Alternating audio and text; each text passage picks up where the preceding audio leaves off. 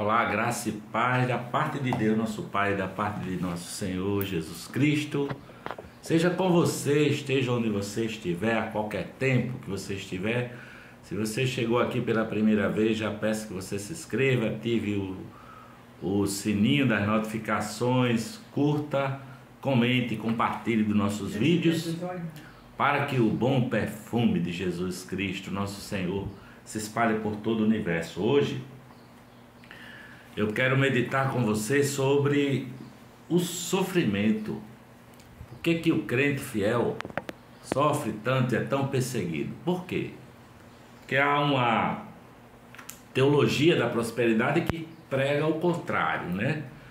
O crente tem que ser cabeça e não cauda, o crente tem que ser alguém que vai ganhar muito dinheiro, que vai, como é que se diz, ter carrão, mansão, e nunca adoece, e não sei o que, e lá vai, e se tiver algum probleminha o cara está em pecado.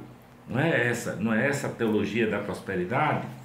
Porque, de acordo com essa teologia da prosperidade, se nós formos avaliar a vida de alguns apóstolos, alguns discípulos de Cristo, eles estão sem a bênção de Deus. Se for analisar a vida de Paulo, por exemplo, Paulo foi rejeitado por Deus, né? Segundo essa teologia da prosperidade, que o crente não pode sofrer, o crente não pode passar por nenhuma dificuldade, que senão está em pecado.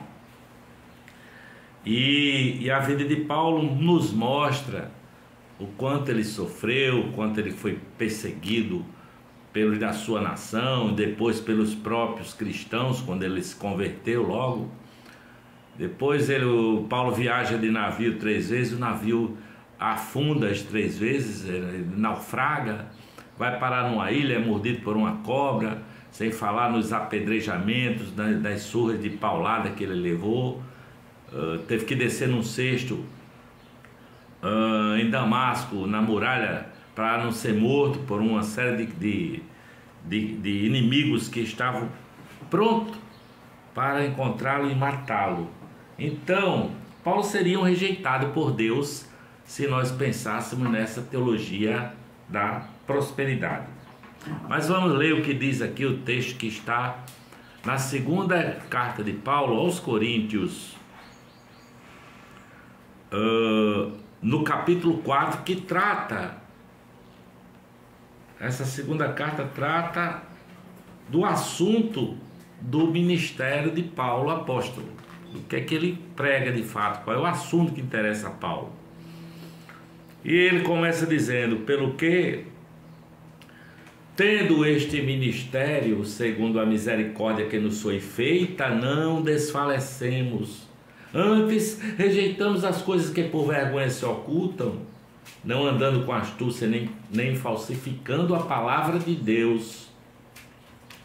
E assim nos recomendamos à consciência de todo homem na presença de Deus, pela manifestação da verdade. Mas se ainda o nosso evangelho está encoberto, para os que se perdem está encoberto, nos quais o Deus deste século cegou os entendimentos dos incrédulos, para que não lhes resplandeça a luz do evangelho da glória de Cristo, que é a imagem de Deus.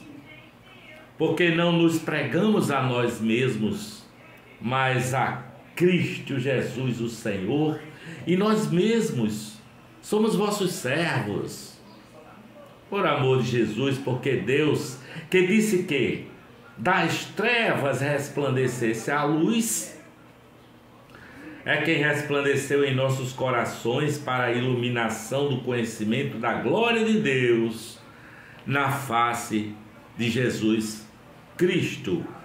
E aí ele começa a fazer uma série de afirmações sobre o assunto que nós queremos refletir aqui, sobre o que ele passou de aflição e de sofrimento. No versículo 7 ele diz: temos, porém, este tesouro em vasos de barro, para que a excelência do poder seja de Deus e não de nós. Ele diz mais: em tudo somos atribulados, mas não angustiados, perplexos, mas não desanimados, perseguidos, mas não desamparados, abatidos, mas não destruídos, trazendo sempre por toda parte a mortificação do Senhor Jesus no nosso corpo, para que a vida de Jesus se manifeste também em nossos corpos. E assim, nós que vivemos estamos sempre entregues à morte, por amor de Jesus, para que a vida de Jesus se manifeste também em nossa carne mortal, de maneira que em nós opera a morte, mas em vós a vida. E temos, portanto, o mesmo espírito de fé, como está escrito: crie, por isso falei. Nós cremos também, por isso também falamos, sabendo que o que ressuscitou Jesus, o Senhor Jesus, nos ressuscitará também por Jesus e nos apresentará convosco, porque tudo isso é por amor de vós, para que a graça multiplicada por meio de muitos torne abundante a ação de graças para a glória de Deus. E ele continua dizendo: por isso não desfalecemos, mas ainda que o nosso homem exterior se corrompa, o interior, contudo, se renova de dia em dia, porque a nossa leve e momentânea tribulação produz para nós um peso eterno de glória muito excelente, não atentando nós nas coisas que se veem, mas nas que não se veem. Porque se veem, as que se veem são temporais, e as que não se veem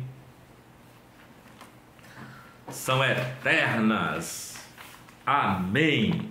Glória a Deus pela sua palavra, pela palavra que nós aprendemos e entendemos que o amor de Deus é assim.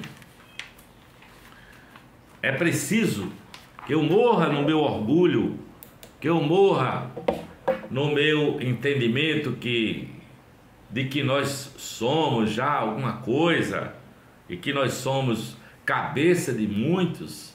É preciso morrer o meu orgulho para que possa despertar uma confiança em Deus, para que possa ser manifestado o poder de Deus em nós, sabendo eu que sou apenas um vaso de barro que qualquer soprozinho pode derrubar, qualquer ventinho pode fazer o vaso se quebrar.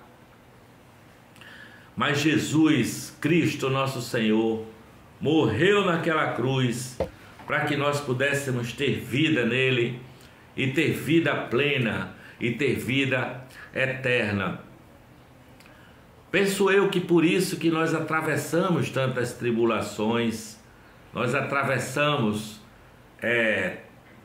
tantas perplexidades na vida, como Jesus mesmo disse: no mundo tereis aflições, mas tem de bom ânimo, porque eu venci o mundo. E o texto que nós acabamos de dizer fala de coisas assim, olha só. Ele diz que nós temos este tesouro que é o Evangelho. O tesouro é o Evangelho, é a palavra de Deus, é o Espírito Santo em nós e sobre nós. E este tesouro nós temos em vasos de barro, para que a excelência do poder seja de Deus e não em nós, sabe? Sabendo nós que toda tribulação, toda angústia, toda perplexidade apesar de sermos perseguidos, de sermos abatidos, nós não seremos destruídos, nem seremos desamparados, nem seremos angustiados além da conta, sabe? Porque nós trazemos no nosso corpo o morrer de Cristo.